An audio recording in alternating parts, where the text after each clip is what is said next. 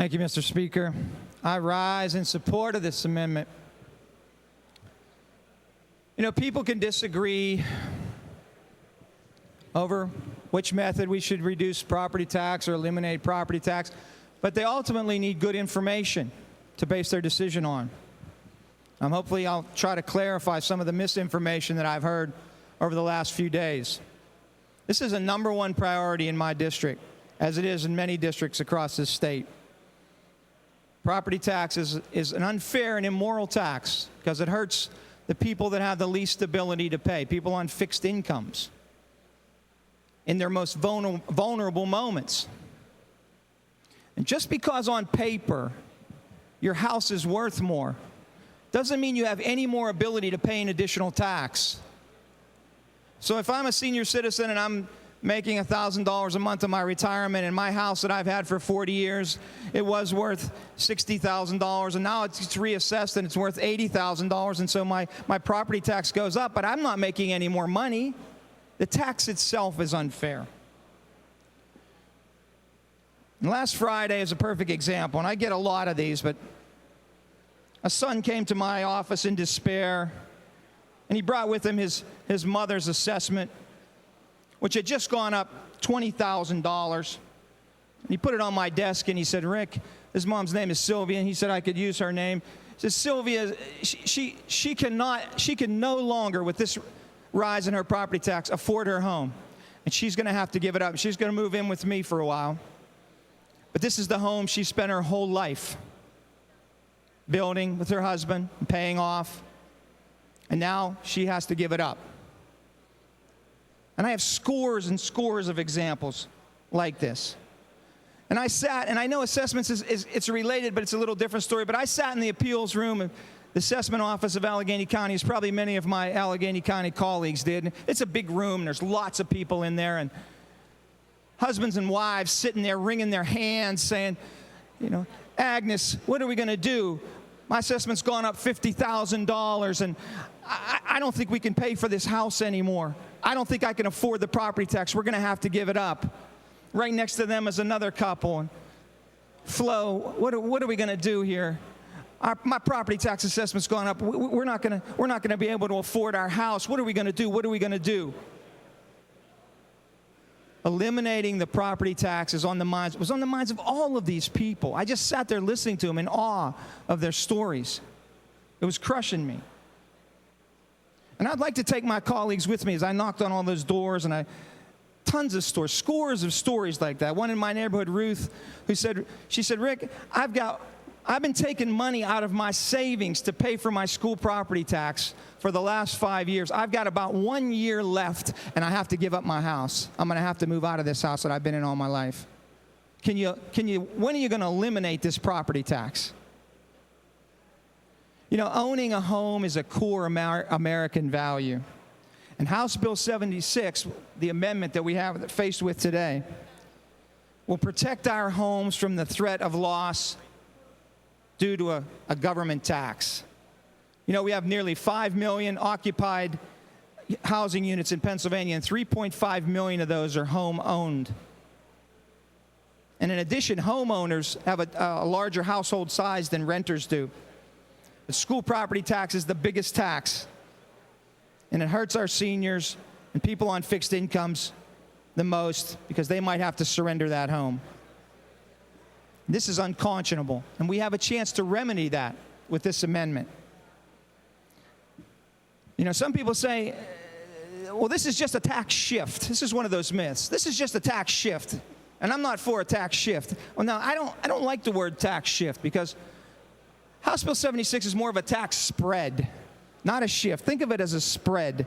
We're spreading responsibility not just among homeowners, not just among property owners, but we're spreading it out across everybody in the state because everybody pays sales tax.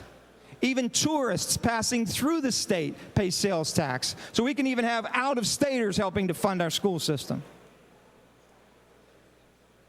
The rising cost, as you all know, we've said it many times on this floor, the rising cost of education is a direct result of salaries, pensions, and benefits, which soar to about 75% of school district expenses.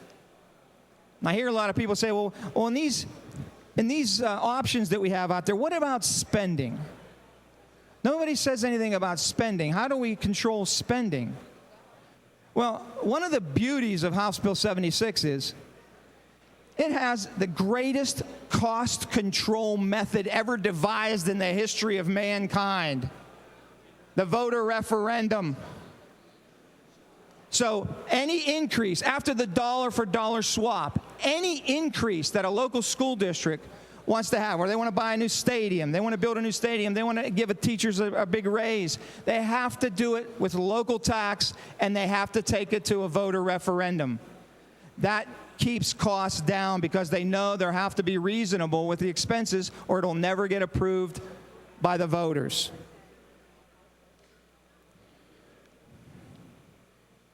And that will certainly rein in out of control expenditures. How about the economics of this? People say, well, what's this bill going to do to the economics of Pennsylvania? Well, that same IFO report that was quoted earlier, the one before that says, without question, elimination of the school property tax enjoys the added benefit of sparking an economic boom, allowing more people to buy and improve their property. Because there's more disposable income that people will have in their pockets. So this amendment will add to the economy of Pennsylvania. And one of the biggest complaints I hear from people is, well, this bill does nothing more than move the power to Harrisburg, from local control to Harrisburg. It couldn't be further from the truth. It's actually the opposite of that. Because in the initial phase where we have the dollar for dollar swap, everything above that, as I said before, will be borne by the local school boards. They will decide whether they want to build that stadium. Then they'll have to have their own local sales tax increase, their local EIT. It'll all be on them. Anything above the rate of inflation will be on them, and it'll have to go through a voter referendum. So the power will be right back where it's supposed to be at the local level, where we all enjoy local control. And school districts, it doesn't change anything about the curriculum. School districts have always controlled their curriculum, and they still will control their curriculum. But it is a responsibility of the Assembly to oversee a structure for providing for schools. You know, our Pennsylvania State Constitution, Article 3, Section 14, has this simple sentence in it. The General Assembly shall provide for the maintenance and support of a thorough and efficient system of public education to serve the needs of the Commonwealth. It's our responsibility, this General Assembly, to make the structure to make that happen. Now, other options out there provide a partial relief, but we know, and the taxpayers know, partial reliefs never work. Because school districts will just raise their expenses to meet whatever relief was given. That's why the casino scam didn't work, and the taxpayers are onto that. They ask about it all the time. They complain about it all the time. The only way to deal with this issue is to eliminate the property tax. And while the teachers' union may be against the House Bill 76, many teachers aren't, because they email me and they talk to me and they say, look, I'm for it, Rick. I'm a homeowner. I'm for this bill. I just can't speak out on it publicly or I'd get ridiculed. Well, we've got to stand against that pressure. And there are other special interests that are going to complain that they're being taxed. But this isn't about special interests. This is about the taxpayers. That's who we're looking out for here. But not all special interests agree on that. The Pennsylvania Association of Realtors is behind this bill. The Pennsylvania Apartment Owners Association is behind this bill. The Farmers Bureau and the Grange testified at our last year's Finance Committee meeting that they supported House Bill 1776. So you're going to get a mixture of special interests for and against, but we have to be above that. We have to concentrate on the needs of the taxpayers. You know, when I look around every day, I talk to people, I go to town hall meetings, people have lost their faith in government, in many cases for good reason. People tell us what they want, but we don't do anything about it. We do the opposite, they say. We tell the politicians what we want, but then they do the opposite. People want this amendment. They want us to eliminate property tax. You know, I had two big forums, public forums, on property tax elimination. We invited in people to speak, and we had pretty good crowds there. And we talked several hours. People voiced their complaints. And I gave everybody a ticket when they came in the door at both of these sessions. And as they were leaving, I said, there's 2 bins on the way out. There's one bin that says, I'm for House Bill 1776 or 76, and I'm for anything else. And on both of those public forums that I had, when the people left, I went up, and the bin for House Bill 76 was completely full.